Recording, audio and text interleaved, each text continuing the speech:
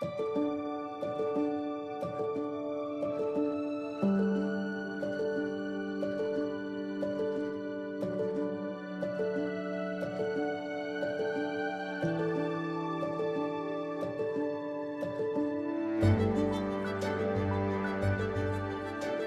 right.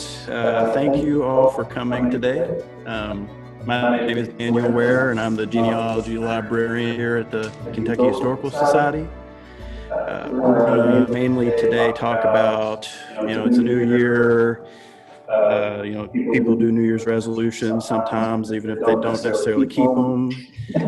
So I just kind of wanted to, this can be for anybody new, or if you've been doing genealogy for a long time, just kind of some steps on, first steps or steps to help you keep going and to kind of have a game plan for the year.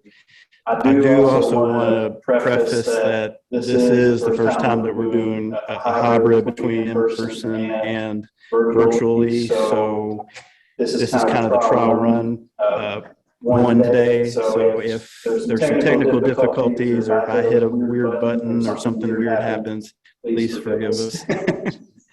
All right, and so now I'm going to go back to sharing my screen with you so that we can go through the actual.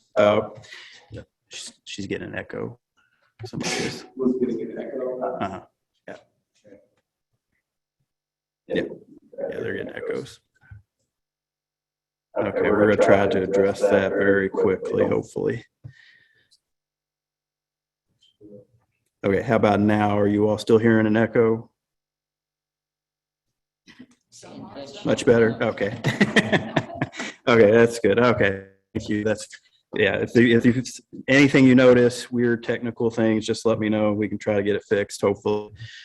All right, so now I'm going to share the screen and we can get this thing started.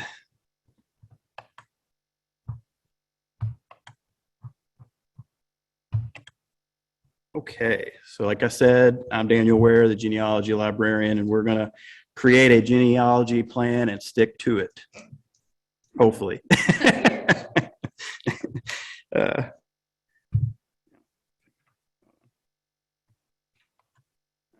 we go. Okay, so basically this is just kind of the introduction, just a few quick bullet points, and we'll talk about more things than what's necessarily on this. I just usually like to kind of have a general idea of what we're going to talk about usually. So hello and welcome. We're going to talk about steps to getting started, particularly starting points and kind of what you might want to think about when you're getting started. Things you might want to think about are talking with relatives and learning from your relatives, because they can be very valuable as far as your research goes. There's also some of this, I'll be straight up with you all right now, that some of it is going to be more of a, I'll just kind of tell you about some of this and you can use your own educated research to decide if you want to make this decision, such as, software on the computer, if you want to pursue that or not. So some of these, I may not go as far into detail as you would like, but I just want to kind of give you some ideas on things that you could research to make your own decision on. So things like software and even like some of the citation styles, because depending on what you're writing and what you're doing, you may need to pick a particular citation style. And we'll talk about that in a little bit. There's also going to be institutions that you'll want to go to look at as far as places that'll have documents for you to research and things like that. We're also going to talk about like dependable information and versus like incorrect information that you might find online or in books even, or things you might hear from other people. We're going to also talk a little bit about failure, because I know a lot of times, 9 times out of 10, failure is not usually something that you want. And even in genealogy research, obviously you don't want to have failure, but you can also learn from failure and use that to your advantage. And then, like I said, there's going to be other useful information that I don't necessarily have here on this slide, but on this particular slide that we're going to talk about as well. Okay, so first off, on just getting started in general, a couple of things you might want to really think about when starting would be what kind of endpoint or what kind of goal are you wanting to reach as far as your research, because that can really determine your search and what you do and how you do it.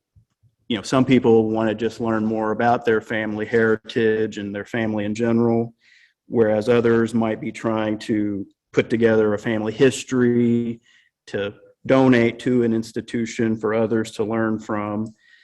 And some may be trying to write a full-fledged book about their family, or things like that. So determining that kind of goal will determine what you're wanting to really get out of this genealogy research. You also may want to think about what ancestor or family or particular person you want to look at, because depending on who you select, you may have better or less success, and it may be a little tougher, because if the further back you go, it may be a little harder to find particular records. More recent ancestors, especially if they were born or died after 1910, 1911, there might be better kept records, more options for you to find things on them. And typically, if you work backwards from when their death was back and kind of create a timeline, that will help you as well. And you can kind of fill out certain aspects of their life as you find records. You're also going to want to look at the resources that you're going to want to look at, decide, do you want to look for particular, like death record, marriage records, birth records, death records. I'm repeating myself. I apologize. You want to kind of get an idea of what you want to look for when you go online or you go to these institutions. And you're also going to want to think about the supplies and materials that you're going to use to help you with this research. And depending on if you do go to an institution, that will also determine what you can and can't bring, because certain places have certain policies. And so just having an idea of that will help you with your research as you go along. Okay, and then I know when you're wanting to decide on who you're going to research, a good practice would actually also be to start with you, to kind of just get the feel for what you're doing, especially if you're just starting out for the first time. I know when I was first getting pushed into looking into genealogy, the person that started helping me, she was like, take one of these like pedigree charts and just start with you, your family. And so it's easier to work slowly backwards from yourself, because typically if you're looking at you and your parents, your grandparents, even possibly your great-grandparents, they're going to be more recent than, a 2 times, 3 times great-grandparent who, might have been born so far back that there's not a definitive birth record for them. I get it all the time when I'm doing research here. If somebody's looking for an ancestor who was born in like 1832, it's a little harder than the people that are looking for somebody who was born in 1860. There's going to be more available information the more recent your family member that you're researching is. You're also going to want to kind of remember to use your mental skills, because you're typically going to be an inquisitive person when you're researching. You're going to wonder why they did this or that. You're going to want to think critically as well, as far as you might see your ancestor's marriage record, and you can think deeper about that particular marriage record, the meaning behind it, who was there, family, friends, did they celebrate afterwards the marriage, and you want to make sure that you are that you're skeptical of even the things that you do find, because you don't want to automatically take everything at face value. And I'll talk more kind of about this a little later, but it's a good idea to just really think about what you're finding, the reason behind it, make sure you can connect it to other things that you have already collected. and just make sure everything makes sense. And, using your mental skills and capacities will help you do that. And also, it's a good thing to know. I mean, especially in this field, a lot of people do look to history as well as genealogy because they can go hand in hand. And, one of the other things you can really do is to really read a lot, because reading will it'll, especially reading in history related subjects. If you had an ancestor who immigrated from, somewhere like Ireland, and if it happened to be around the time that there were the potato famines and something like that, if you read about that particular moment in history, you can get a better understanding of your ancestor and why they did what they did, and get more of a context of the immigration pattern of your family. And in reading can help you understand that, but it can also help hone your research skills in solving these mysteries as well. Okay, and then I do apologize. I'm kind of jumping around a little bit here, but but you do want to make sure you have certain supplies and items with you when you do go and research. I mean, typically, you might want something to write with, particularly pencils. I know a lot of places they kind of frown on if you have like a pen, because that's more permanent. You might mark something. And also pencils can be useful as far as if you did write something down wrong or you need to change something you've written down, it's easier to erase with a pencil than to, if you've written down with an ink pen, it's a little more permanent. You also may want to make sure you have paper to write down your items. You might want to have folders as well, because you can keep things, consolidated and neat and put together. You might even want to have a notebook, which that would probably be better than just some paper, because you can keep everything collected and have plenty of paper to write on. Also, something that some people may not necessarily think about it would be to have money, because a lot of places I know, even particularly here, you pay for photocopies. So it's good to just have some money around in case you did need to make photocopies, or even if you're making a long day of your genealogy research, you may want to, take a break, go out and get some lunch, and having money to go get some food and to, refresh your mind and your body while you're in the middle of your research go a long way. You could also potentially bring a USB that would allow you to just plug up to an institution's computer and potentially just save the document directly without having the in-between of writing stuff down. We do get people, even in here at KHS, that, they'll bring a laptop. Laptops can be very useful because you can just type up your notes right where you're at. You can also use that to go to an institution's website and look up their collections and see what they have. And so that can help out with that kind of stuff as well. Also, some places will allow you to use like a cell phone or a camera to take pictures of documents, as long as you don't use the flash. Now, not all places, so I would double check on that before you go ahead and do it. Make sure you get permission for that. And I also kind of wanted to bring in the idea of looking at, like, maybe potentially, if you have the money or the time, to go to particular locations that your ancestor may have lived or worked at, or that was a part of their community and their life, because sometimes that can kind of give you a perspective, give you an appreciation for how they lived, where they lived, and things like that. So if you can figure out potentially like their county or their town, you could then go and visit there and just kind of see maybe the neighborhood, if it's still there, and see how much it's changed, if it has or not. Things like, maybe the church they attended, or, if, there happens to be that the school that they may have went to still exists. You can kind of, some of these things could also help, I guess, flesh out their life and their story for you. So you kind of learn more that they were a person, that, they went to church, they went to school, they had neighbors, they went to, they may have went to the courthouse to file some kind of claim or to be in some kind of court hearing. And I do know in my research, I mean, even today, a lot of courthouses, were and still are important centers for particular towns.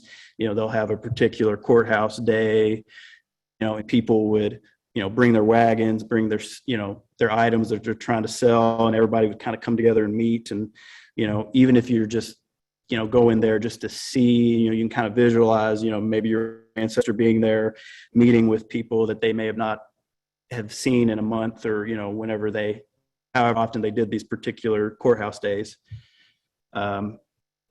Another good option would be, especially if your particular ancestor that you're researching, if they immigrated from another country, and if you can go over to that country and visit, you can get a better understanding of where they came from and your heritage.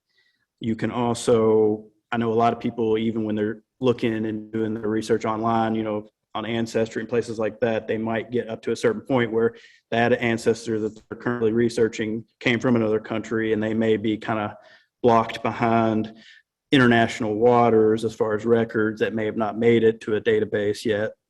So, being able to go over to that country and potentially finding church records there, or, visiting that village or that town that they lived in that other country could, potentially open up extra doors that you may not had before.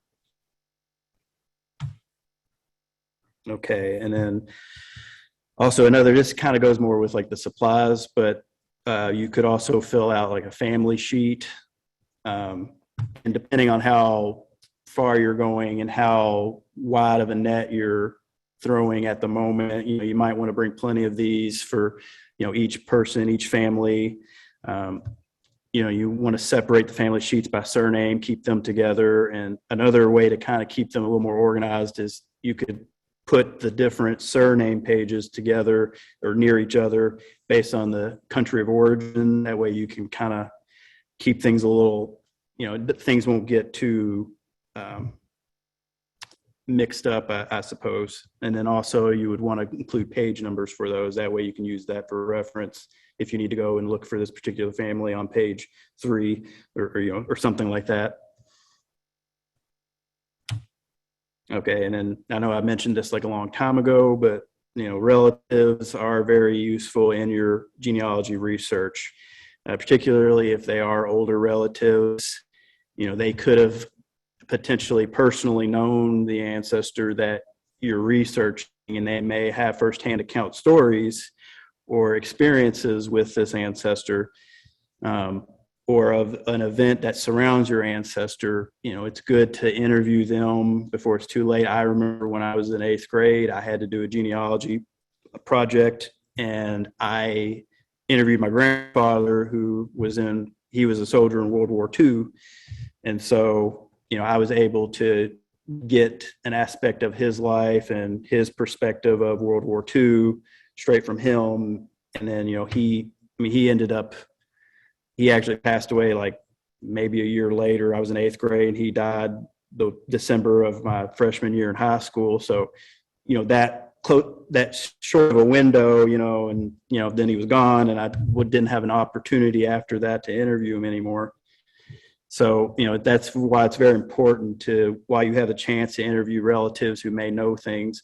Also, even if it's not a relative who may not have a firsthand experience with that ancestor, if they were also doing research on your family or that ancestor, especially if they've been at it longer than you have, they may be able to give you pointers, or you may be able to glean information from them that would allow you to go down a particular path you may not have thought of before. And there's also, there's heirlooms, family hand-me-downs, memorabilia, stories in general that may have been passed down. And, while, some stories, you may need to double check, the facts on them, they can at least help to enrich your ancestor's life and to help fill out your story about them a lot better. And so, yeah, I would definitely check with relatives, because they can be a vital resource to you. Okay, and I mentioned before, there is going to be failure. It will happen. Uh, but, just don't let it get you down. I mean, you should already be recording everything that you're doing, whether it's successful or not. And even failures, you should record that as well, because then you have a record of it. You have it written down. You'll know when you hit something similar to that again, you'll know not to go down that same path or to do that exact same thing, and it will help you learn from it. So that's why, even failure, as much as we don't like to do it, it can be a very valuable experience. Okay, and then like I said, there's citation styles for if you are going to need to cite particular documents or resources. Some of the ones generally that I've come across or seen before or used in previous, when I was in school or when I've been putting together certain programs would be, there's APA, there's MLA, there's Chicago, there's Turabian, and I'll be honest, this last one, IEEE, I'm not entirely familiar with that one. I'll be upfront with that, but I thought I would include that just as an option if you ever do want to research and kind of make an informed decision on your own on, if you're going to cite something and you want to know more about these particular ones. Now, I know typically Chicago's usually centered more around like history related writing. So I usually go with that one personally myself, just because genealogy and history kind of go together to me. And I know like some of them will also depend on, if it's more of an English paper or something like that, you'll use a certain type. But I just thought I'd let you all know about these just in case you ever want to look into that yourself. And then there's best citation practices. Like I previously mentioned, you want to select a citation style depending on what you're going for and that kind of stuff. Now, everything, regardless of the citation style, is you want to give credit to the author, to the compiler, to the researcher, to whoever put together the document or the book that you are citing. You also need to know to record in the correct format, because each of these do have a slightly different format. When I've looked at different ones, they have, the date might look a little different, or they might put the author's name first, or they have different orders. So while you're researching which citation style you would like to use for your research, you definitely want to look into how to record the correct format. There's also footnotes and endnotes, and footnotes are typically when you put the actual, where you'll have your citation in a particular paragraph or on a page, and at the bottom, that's where you'll put like a little, the actual like citation information at the bottom there. And in endnotes, from what I can tell, they're typically either at the end of a chapter, or they'll have everything just at the end of a book when they're citing things. And there's also the bibliography or citation page, and then that's where you would put like the whole like bit of what you found, as far as like you'll have the author's name and the publisher and the year it was published. If it was from a particular publication or where there's volumes, you'll put the volume and the number and things like that. And I'll have like a little, because I did cite a couple of books for this presentation, I have that at the end to kind of show just as a little example. Okay, now I've been mentioning institutions for a bit on and off. So now I just kind of want to give you an idea of some different institutions that you could look at or go to as far as your research, and kind of what you might find at some of these places.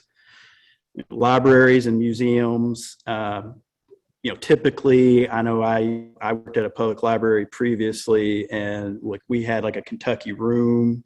A lot of places will have either a Kentucky room or a genealogy room, or just a whole section, and that'll be like different books and materials and possibly even some records that you can use to research your ancestor.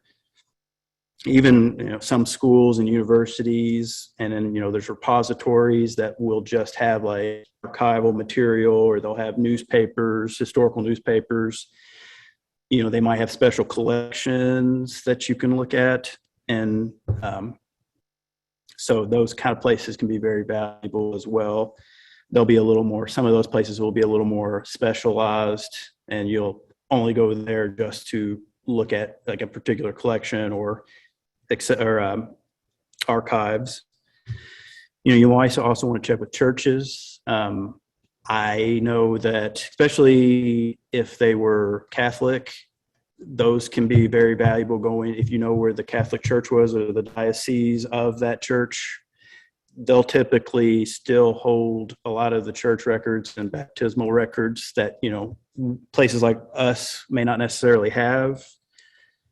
And so, those can be very valuable as far as, even if it's like you can't find like a birth record, you might be able to find a baptismal record or some sort of church record that can still help you kind of get an idea of, your ancestors' early life and things like that.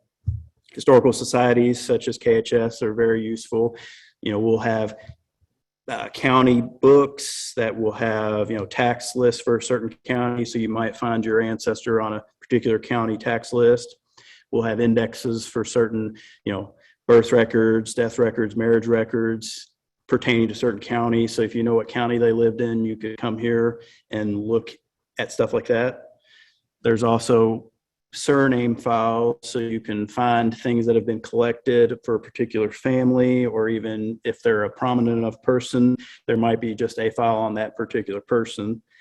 And there's also microfilm when you come to, there might be some at museums and universities and repositories as well, but I know like here at KHS, we'll have microfilm as well that'll have different records and things like that. I would also highly recommend checking with local like county historical societies, because a lot of them, the members and the people running it will be local people, and they'll know that county or that town, and they could tell you more about that community and potentially tell you more about your ancestor, or at least the place that they lived in. So they're valuable as well, very valuable. You could also, potentially there might be some special like centers like in town, in cities, or, certain offices or businesses even that might have particular records that you could look at. You might be able to find out what type of business your ancestor worked at, or you might find an employment record for them at a particular place. So even, things like that could be useful to you as well. Okay, and then there comes the policies when it comes to institutions, and all institutions are different. So I would highly suggest calling ahead to check what their policies are, or if they have on their website, a lot of places will have their policies as well. So I would double check before you show up, just in case, you don't want to accidentally bring something that you're not allowed to bring. It would save a lot of hassle. You can learn a lot of different useful information, such as hours of operations, if you can bring a bag or not, in particular, if there's particular items you can or cannot bring. You can also learn more about the collection before you come to the institution, so you can kind of already have a game plan before you get here of what you want to ask when you get to the reference desk, or where you want to go straight to when you get to institution that you're going to. Okay, and then there will be incorrect information, or and things like that, so you want to look out and avoid that. I've personally come across, and I'm sure many of you have, genealogy databases. Like I look at Ancestry a lot and certain databases, and a lot of it is good and useful, and I will look at everything even if it's wrong, just to get idea of like certain names or potential dates or locations in case I'm getting stuck. Like when I'm researching for people here at KHS, I'll still use certain information even if it is way off and left field, just to kind of get an idea of other places I can look at in our records. And but a lot of times it just seems like you're taking paint and flinging it at a wall, and just kind of whatever lands and sticks, that's what you have on there. There might be very obvious you might see, and sometimes, people did get married multiple times or they moved around a lot, that is a thing, but sometimes it just has that weird, obvious, like they don't seem like they could have traveled from A to B, within, a year, within a certain time frame, especially back in the older days. But yeah, you just want to, or other things I've noticed is their source for a particular thing will be just like ancestry. It'll be something that's in like ancestry, but it won't be like an actual like census or an actual real document. It'll be like a family tree, or it'll be, which that's not, I don't consider those like real sources. Like if you're going to say that somebody was born on this date and you have like a birth certificate or something, then that's different. But, just quoting the database itself, that's going to cause a lot of confusion. There's also hearsay from family members and others. I mean, we kind of talked about it a little bit earlier, but, people will tell stories, or they'll tell you, oh, your great uncle John was born on this date, but then somebody else may say he was born on this date, but then you find a document that says he was born on this completely other date. So, hearing these stories and, from people can be useful, and you want to write it down and remember that, but you also want to like double check what they tell you with actual documents. Also, and also with people telling stories, they may like to embellish a lot too. That's another thing. Even books themselves and other physical materials could be incorrect, when it comes to certain subjects, or even like a genealogy of your family. If it was written, 50 years ago and people have found new information, new light has been, shined on a particular moment, that's going to make this particular information wrong or incorrect or out of date. And then also, the person that wrote the book, they may have just gotten, the wrong information themselves. And, that kind of happens. And also, there's biasness, they could be right in a particular, way to have a particular viewpoint on a certain, they want to protect a certain family member or a family line and make them seem better than they were, or they may, not remember things quite the way they were, So those kind of things to consider as well. You also want to look at, there's primary sources and secondary sources. Now I'm not saying, I know I have this on the correct information page, but they're not going to typically be incorrect, or, I mean, they possibly could, but, as long as you make some factual, findings to back them up, then, you should be fine. But secondary sources are going to typically be, not straight from the original source, obviously. It could be somebody writing about a particular, your family member, years way down the line, or if it's about an event, they may have not been there and experienced it themselves, but they're writing about it, that kind of stuff. And then primary sources, they'll be like from the, original source. Typically, they're going to be the best sources you can find. I do have oral histories on here because, I mean, typically, if you're listening to the oral history interview of the particular ancestor that you're researching, I mean, there's a good chance, since it's coming straight from them, that it's a pretty good source. But you could also be in the danger of, if what they're interviewing about, what they're talking about, if they're not being interviewed about a particular moment in their life after it like just happened, if it was, if they're like 90 and they're talking about when they were a child, they may not necessarily remember everything, perfectly, just because of the time frame. So you do have to kind of take that with a grain of salt sometimes, because, while they may be an original source, they may not remember every fine detail exactly perfectly. But then you can also look at letters or diaries or manuscripts or artifacts. And, a lot, especially letters and diaries, they're going to be written from your ancestor from that moment.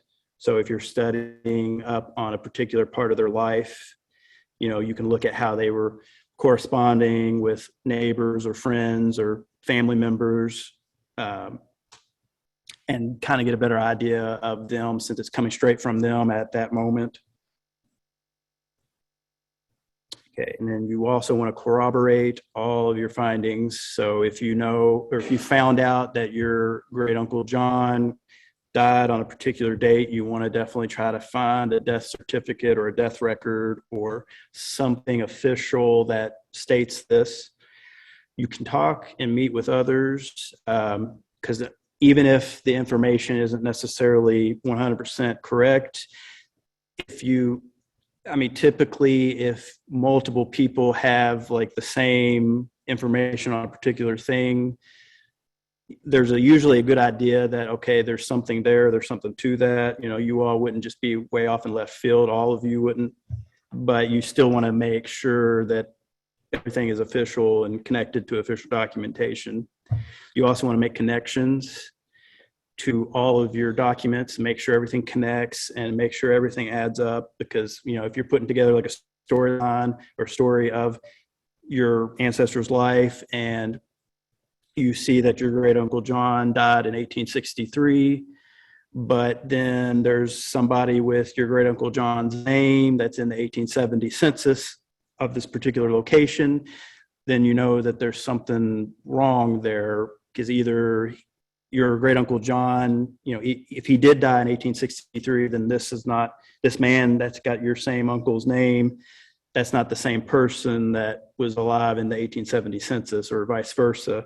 So you definitely want to make sure everything adds up and there's not, weird spots sticking up and things like that. Okay, and then I mentioned this at the beginning, but you may want to decide to record and keep track of your genealogy research on your computer, online, through software.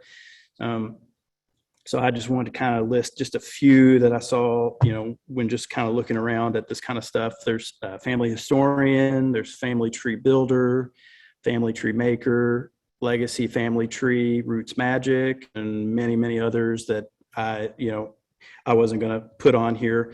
And depending on which one will, because some of them are free, some of them you do have to pay for, and then there's also some that will have like tier levels where it's free, but then if you want some of the extra bells and whistles, you do have to pay to get to like the next tier to get certain extra things. But I just wanted to provide this to you in case you do want to look into it at a later date for your own, decision making. Okay, and then genealogy databases. Now these I do use quite a lot in general for my research and for my own personal research and for research I do here at KHS, and I know many of you probably do as well. A couple of the more like famous, well-known ones, at least to me, are Ancestry and Family Search and Heritage Quest. They'll have a bunch of different records and even photographs, censuses, birth records, death records, military records. They'll have a lot of that kind of stuff for you. However, I will forewarn you, Ancestry, you do typically have to pay for.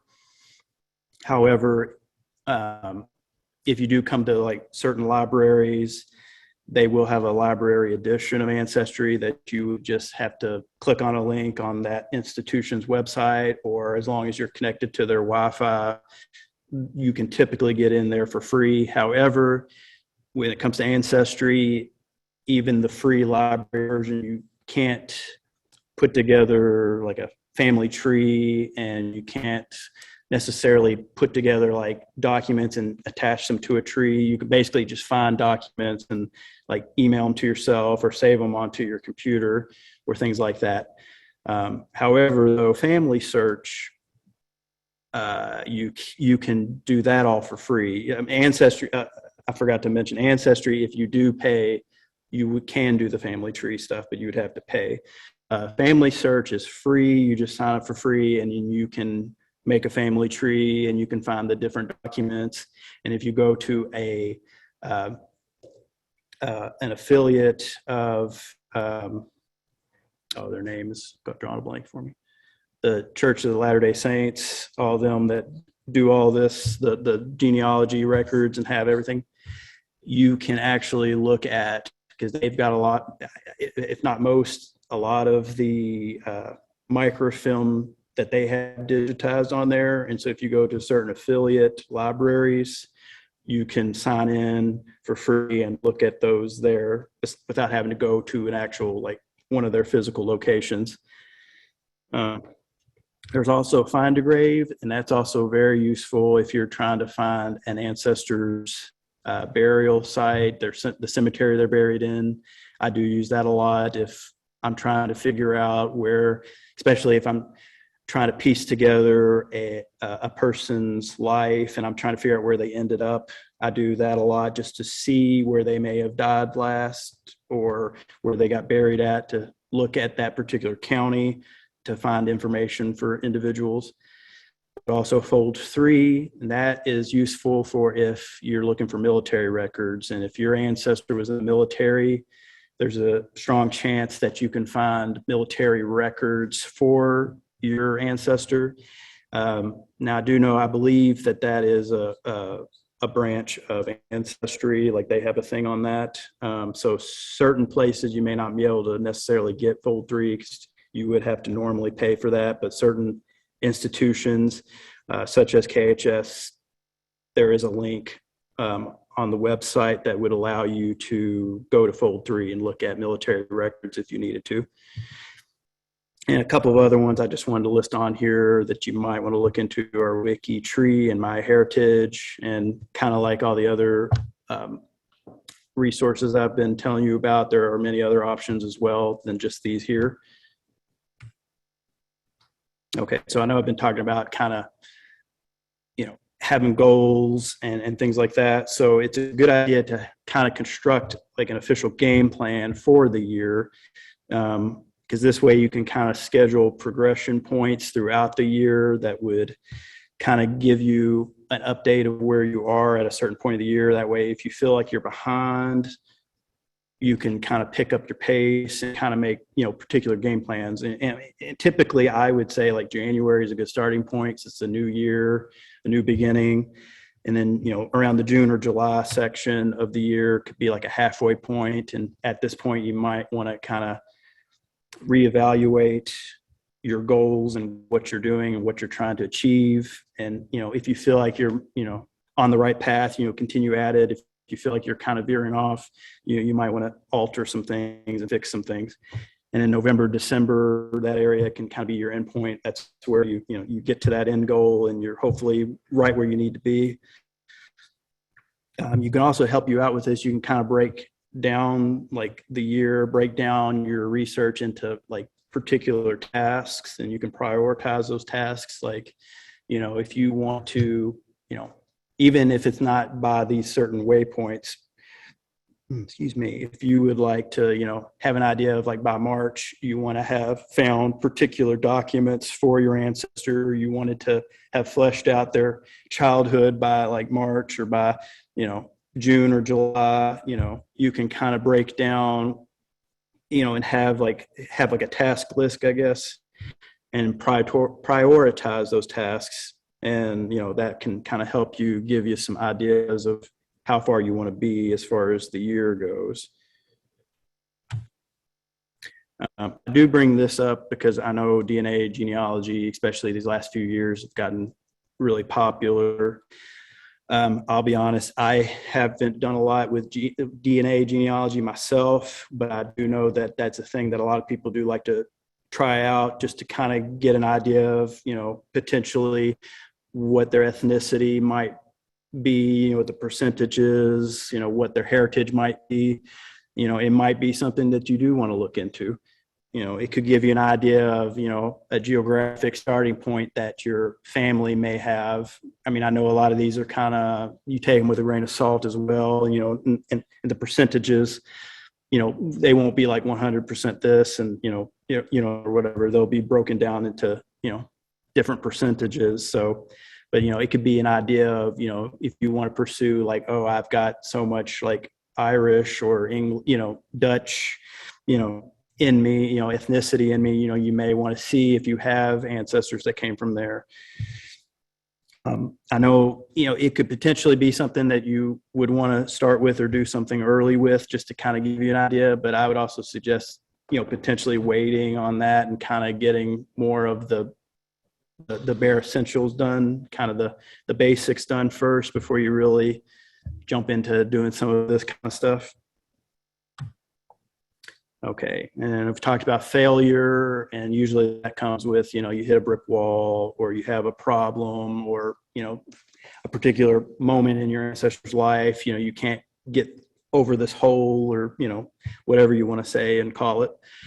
So if you've gotten stuck, how do you keep the momentum of your research? What can inspire you to continue or to get around this issue? I would say, as far as keeping up momentum, I would say go to like genealogy presentations, go to conferences, listen to talks, read books about genealogy research, because a lot of times they'll give you ideas on how to get past your brick wall, or they'll, you can meet with other fellow genealogists who are either stuck or have gotten unstuck, and, hearing their experiences may inspire you to, think of something you didn't think of before, or to, just give you that hope that, okay, I'm not going to always be stuck here. I'm going to get this figured out, and kind of give you that extra juice to really get going. You might also want to just tackle it yourself, as far as like, kind of taking a detour, as far as, working around that brick wall. If there's a particular moment, you may want to look at neighbors or siblings or other family members, or the actual event itself, that your ancestor was a part of. And, you might kind of get around that. You might see, oh, okay, they were, you'll get another viewpoint, and, you might be able to, once you get past that point, kind of come back, and see, where your ancestor was from the other side of that issue. And then, if you haven't made a game plan already, or if you have, you can update it with inserting, I would suggest inserting this brick wall, this big major problem that you're facing, into your game plan, and plan around that by breaking up the problem into manageable bits. Don't tackle the whole thing all at once. Cut off a little bit, bite off, don't bite off more than you can chew. You'll want to, if you take just this little bit and kind of look at this exact moment right over here to the side, that'll kind of make your big overall problem a little bit smaller, and have a game plan by like this certain point in my plan, I want to have this checked off and this fixed.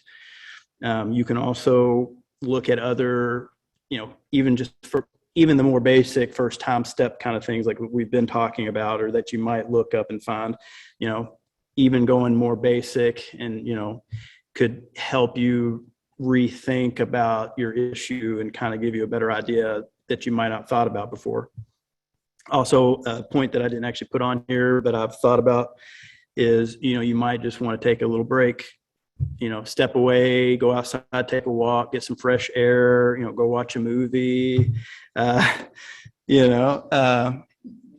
depending on how much time you want to give it. Because, you could be like, you might just take an hour or two to take a break. You might take off for like a week or two. You might just wait a few days and then come back, and this will allow you to recharge and refresh your mind. And then when you come back to the problem, you can look at it hopefully in a different light, or at least a refreshed mind, and it's not all tired and getting frazzled and things like that. I'd also, some of these we've kind of talked about a little bit, but like just local records and local sources, they can be your friend.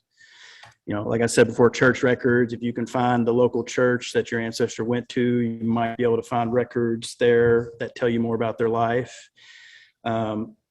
City directories, they can be very useful, especially if depending on the time period that you're looking at, you'll see addresses. You might see where they lived at or where they worked at address wise. You could also look at Sanborn maps or fire insurance maps. They could show you street layouts, especially I do know after a certain point, like a lot of the like the house numbers and like addresses, like the numbers got changed. So you might see a particular address number on a Sanborn map, and that can help you, especially if you think you know where your ancestors live, but then like the house numbers or something doesn't add up as far as that goes. You might be able to figure out, oh, it used to be this number, and you'll see that'll help kind of make sense for that. Or you can see like where particular businesses were.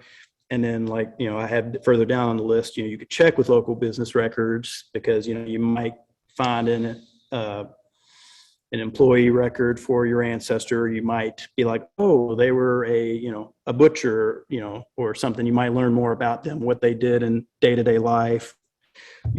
I have local government records on here. You might find them in some kind of government documentation. They may have brought something before the government, and you can kind of learn what they fought for, what they believed in, and kind of really pad out their life and their story. Cemetery records, you can find where they were buried at, potentially go and visit them. You might want to go see where they're buried, and potentially you might find other family members buried nearby. Because I know a lot of times, a lot of families will keep their family buried near each other. I mean, I know my own family, I've had, grandparents and, great grandparents and, a bunch of my family buried all near each other. And so, that might actually be a good idea to visit your ancestor. You might see other family members nearby and learn, oh, they had this particular family member or that you may have not known about, or you might get particular dates, a birth or death date for other family members, and give you kind of an idea of what other paths, other family members you could go to look at. And then kind of to wrap this up, just kind of important to just, share your information with others, share your ancestors' story. You should be proud of this accomplishment, proud of your family, because, this takes a lot of hard work to do. You'll get stuck a lot, you'll fail a lot, but, you should be happy with what you find and be excited to share it with others to, help educate, future generations who, might be doing an 8th grade genealogy project, 20 years from now. And this would also help you to remember the ancestors who came before you, to, so you appreciate your heritage and just others who might have lived in certain hardships that you don't necessarily have to live in today. You can kind of learn to appreciate them as well. And also I wanted you to take from this as well to remember what you learned about your ancestor, about yourself, and about your family as a whole, because that will help you appreciate, genealogy. It'll help you appreciate your family and their stories, and kind of like what I was just saying, but it'll help you learn more about yourself as well. And also just this whole genealogy research process that you've gone through, you will want to remember this, so that way you can help inform others who might be starting out themselves. And, if you're continuing to look at other family members after this, you'll have a game plan, you'll have the knowledge, you'll know more of what you're doing. And so it's just good to just keep all these in mind. And then this was kind of the example of what I was showing with my my references. I looked through a couple of books to kind of get some more ideas of what to express. And then also, that's pretty much it. I would like to thank you all for attending. You can check out our upcoming programming. Right here I've got, February 11th, that'll be the second Saturday in February. We're going to do a genealogy workshop using library resources. So I'll probably talk more about, in particular, I'll probably use examples of what we have here at the Kentucky Historical Society. but I'll try to also talk about just different resources, particularly that you can use in the library. March 11th, the second Saturday in March, I'm going to talk about strange genealogy mysteries and true crime. And I'm hoping to work with and get ideas from the Civil War governors of Kentucky and that group that we have here at the Kentucky Historical Society. And hopefully we'll have some interesting stories and case studies even hopefully about that. And also then April 8th, that'll be the second Saturday in April. We're going to do genealogy workshop on tax lists because those can be very useful as far as finding out where your ancestor may have migrated to and that kind of stuff. And you might get an idea of, kind of what they had as well. And you can also check out even further programming that we're going to have on our website.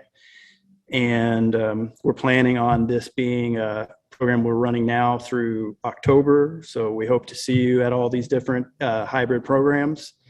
And I just also wanted to thank you all for, both in person and you virtual audience members for making this a thing and making us able to do this. We're so glad to finally have programming again, not just genealogy programming, but just having people, physically come in the building and having people participate virtually as well to, get these programs back up and going and running. And I do appreciate and thank you all for coming. And I hope you all have a great day. Have you looked at the chats? You had some questions come up. Oh yeah, I probably should. Well, the thing is, it wasn't popping up on here, so I apologize for if I've been ignoring people. I'm not meaning to. Well, one Jeff wanted to know, is the Bible a primary source? Oh, yeah. Yeah, I would Secondary. Yeah. I mean, it can be very useful for, having births written down, but yeah, the only problem with that is it would be like a family member wrote it down and, they may not necessarily have remembered something properly. And depending on how long between when the stated fact happened and when they wrote it down, that can also, go into that issue. Let me see what else we got. Okay, yes. Fire insurance maps and Sanborn maps. I do know that I do believe that, do we have, as I say, I think we do have some here at AHS, but then there's also some libraries will have them as well. So it doesn't hurt to go to your public library and check. Because I know at the library I used to work at, we had some based on our county.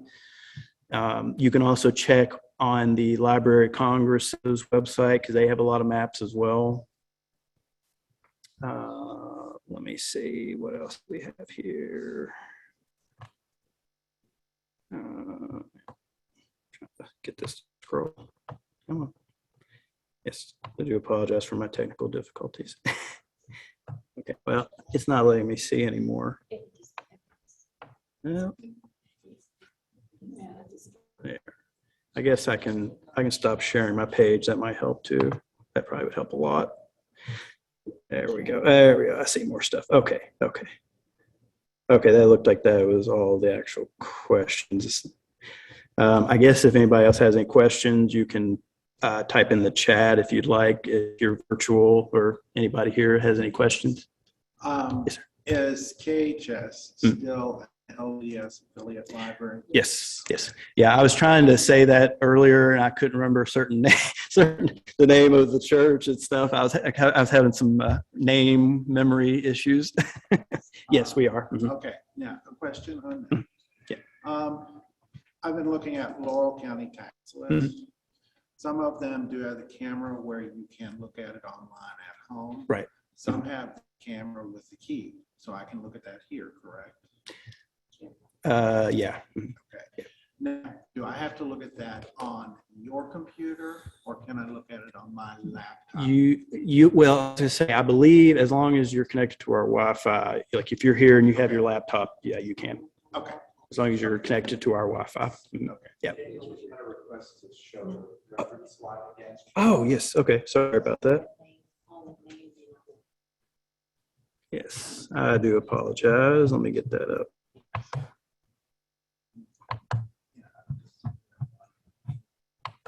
Okay, let's see.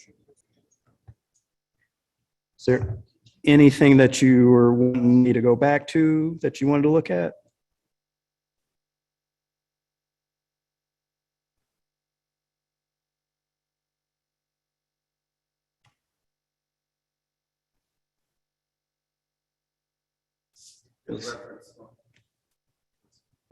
Okay, I got you. Well, I can get this to, trying to get my thing to work right. Oh, no, that's not what I want. No. I do oh, what are we doing? Just hold on. I do really apologize. We're trying to get used to this. User error.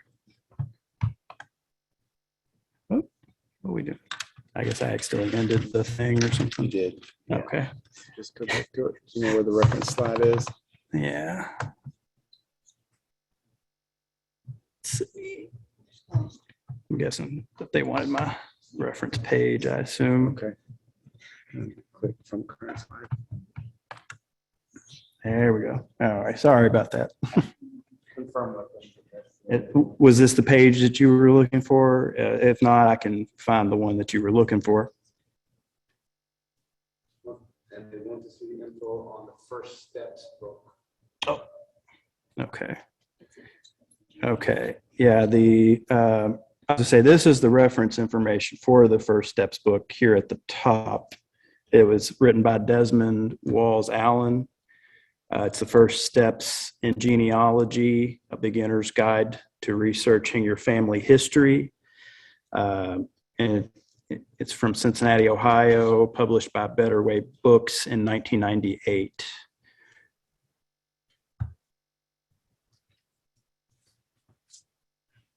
Once I get my tree done, how do I present it to my family? Like in what format?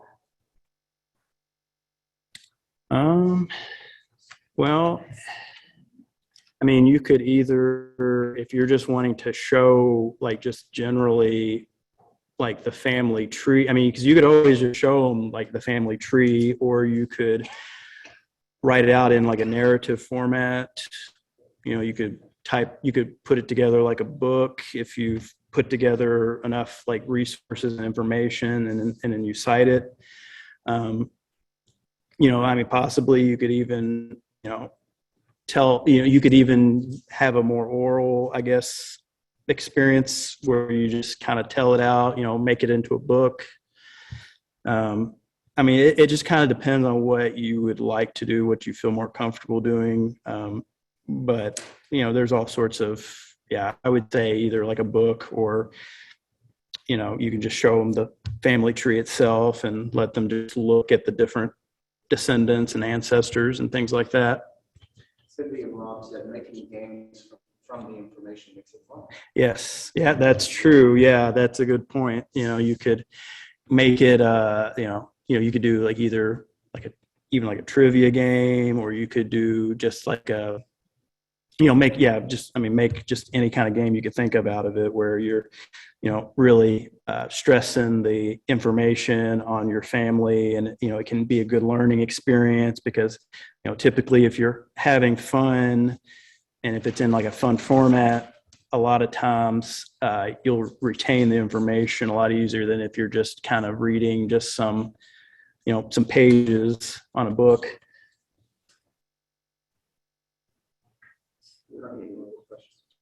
Sorry, what was that? There are no other questions. Okay. Okay, does anybody else here? Yeah, yes, sir. How far back do tax lists typically go? I mean, I've seen, I mean, as far as ones that we have like here, I mean, I've seen them go back to like 1780s. Oh, okay. But I mean, you could also go, like, if you looked at like other states, like even like Virginia, like we've got out of state section, and there could be tax lists for certain counties in Virginia that might go back to 1600s. So I mean, they go back pretty far. Okay. Yeah.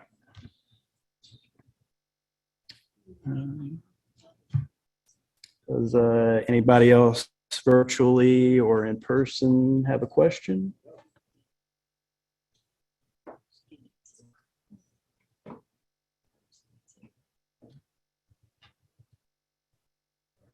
All right. Well, I do thank you all for coming, whether you were here, here in person or you all virtually. I do appreciate you all being here and helping to make this happen. If it wasn't for you all, this wouldn't be happening right now.